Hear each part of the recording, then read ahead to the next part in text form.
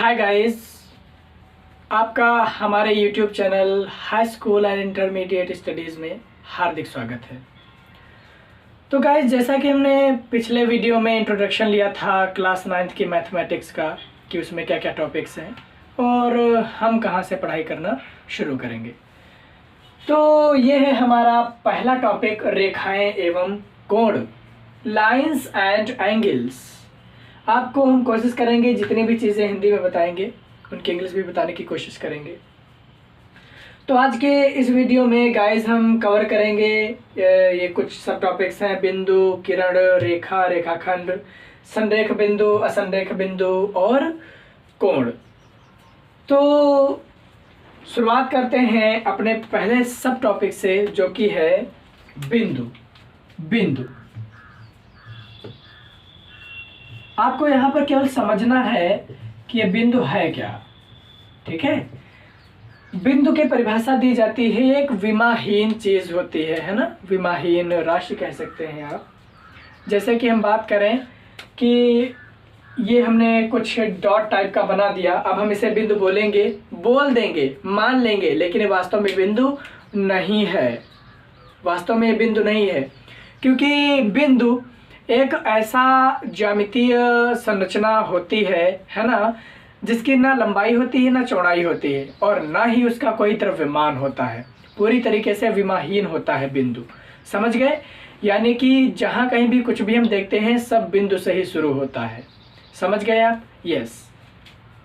इसके बारे में और ज़्यादा कुछ नहीं है। जैसे हम जो ज्यामितीय रचनाएं वगैरह पढ़ेंगे उसमें हम पेंसिल को एकदम बारीक नोक कर लेंगे, उसके बाद एक बार हम डॉट रख देंगे तो जो डॉट बन जाएगा उसी को हम बिंदु बोलेंगे। ठीक है, तो गाइस ये बिंदु की परिभाषा आपके सामने लिखी हुई है। ऐसी ज्यामितीय संरचना जिसमें लंबाई, चौड़ाई, द्रव्यमान आदि नहीं होता है वो बिंदु कहलाता है।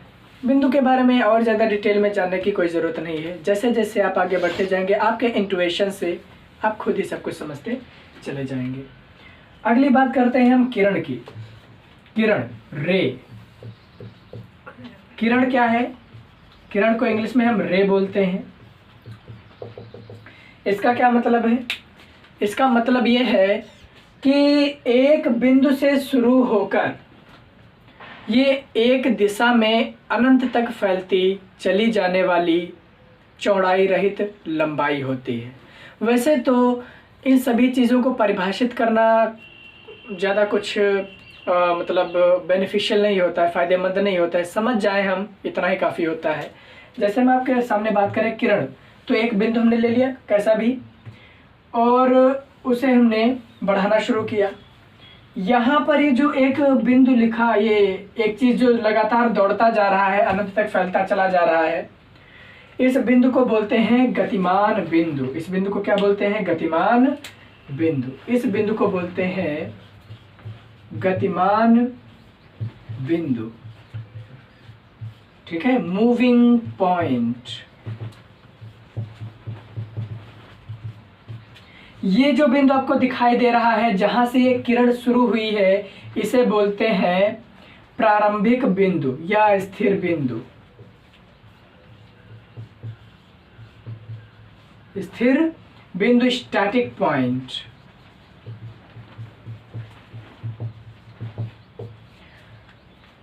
तो इसका मतलब बस इतना ही है कि एक स्थिर बिंदु होगा और उस बिंदु से, ठीक है, एक ही दिशा में कोई चीज़ जिसमें लंबाई तो होगी लेकिन चौड़ाई नहीं होगी। ठीक है, वो ऐसी ज्यामितीय संरचना जो एक ही दिशा में अनंत तक फैलती चली जाए उसे हम बोलेंगे किरण। और उसके बारे में आप ये इतना देख पा रहे हैं। इस बिंदु को आप ओ लिख लीजिए, इस बिंदु को आप ए लिख लीजिए, तो आप बोलेंगे कि ओ स्थिर बिंदु है और ए गतिमान बिंदु है। अगले पॉइंट पर आते हैं। अगला पॉइंट है हमारा रेखा। ठीक है, रेखा लिखे दे रहे हैं। रेखा के बारे में समझते हैं कि रेखा क्या है। सो गाइज, हमने बिंदु देख लिया, किरण। अब बात करते हैं थोड़ा सा रेखा पर, लाइन पर। ये सारी चीज़ें कुछ ऐसी चीज़ें हैं जिन्हें समझ लीजिए, सुन लीजिए, यही काफ़ी है। इनकी ना परिभाषा कभी पूछी जाती है और ना ही परिभाषा रटने की कोई ज़रूरत है। क्योंकि ये सारी चीज़ें समझने के लिए हैं। आधारभूत आप समझ जाएंगे तो ज्योमेट्री में आगे चीज़ें अपने आप क्लियर होने लगेंगी। चौड़ाई रहित लंबाई, क्या मतलब है इसका? मतलब चाहे जो हो आपकी समझ आना चाहिए। जैसे आपने अपनी डेस्क टेबल वगैरह, मेज़ वगैरह या स्केल तो देखी ही होगी अपनी। स्केल का अगर आप एक किनारा ले लीजिए, ठीक है, उस किनारे की ही केवल बात कीजिए, ठीक है, तो उसमें लंबाई तो होगी लेकिन चौड़ाई नहीं। तो उस किनारे को आप एक रेखा के रूप में समझ सकते हैं। मेज के किनारे को आप एक रेखा के रूप में समझ सकते हैं।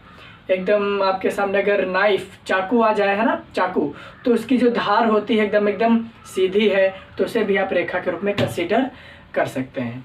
तो बातें आप समझ रहे हैं, ठीक है। अगर रेखा का कोई हम फिगर कुछ देना चाहें तो जैसे किरण एक बिंदु से शुरू होकर एक ही डायरेक्शन में, एक ही दिशा में अनंत तक फैलती है, ठीक वैसे ही रेखा एक बिंदु से शुरू होकर दोनों दिशाओं में अनंत तक फैलती है, दोनों दिशाओं में अनंत तक फैल जाती है। बात समझ गए आप? जैसे ये ए हो जाएगा, ये बी हो जाएगा, ठीक है। तो रेखा का कभी अंत नहीं होता है, वो दोनों दिशाओं में अनंत तक फैली रहती है। बात समझ गए? ठीक। तो यहाँ पर हम बोलेंगे कि ए बी एक रेखा है। सो गाइज, हमने कुछ पॉइंट्स पर बात कर ली, बिंदु, किरण, रेखा, और अब आते हैं रेखाखंड पर। इसको भी आप समझने की कोशिश कीजिए। जैसे आपके सामने कोई रेखा ए बी दी गई है, ठीक है, जो एक बिंदु से शुरू होकर दोनों ओर अनंत तक फैलती जा रही है, ऐसी ये चौड़ाई रहित लंबाई है। इसका हमने एक छोटा सा भाग ले लिया, पी क्यू, काट लिया, इसे काट कर अलग कर दिया, ठीक है। तो इसकी लंबाई निश्चित होगी और इस भाग को ही हम क्या बोलेंगे? रेखाखंड। किसी रेखा का कोई भी निश्चित लंबाई का भाग रेखाखंड कहलाता है। तो आप ये बात समझ गए? यहाँ पर आपको नीचे लिख कर बताया गया है कि ये भी एक रेखा है, पी क्यू रेखा का निश्चित लंबाई का भाग है, यही रेखाखंड है। इसके पहले वाले जो पॉइंट्स थे हमारे किरण व रेखा, उनके साथ ही रेखाखंड के रिप्रेजेंटेशन को थोड़ा देखते हैं, मतलब कैसे इन्हें प्रदर्शित किया जाता है। जैसे किरण की बात की गई कि एक बिंदु से शुरू होकर एक ही दिशा में ये निरंतर बढ़ती चली जाएगी। ये ओ ए एक किरण होगी जिसमें ओ स्थिर बिंदु और ए गतिमान बिंदु है।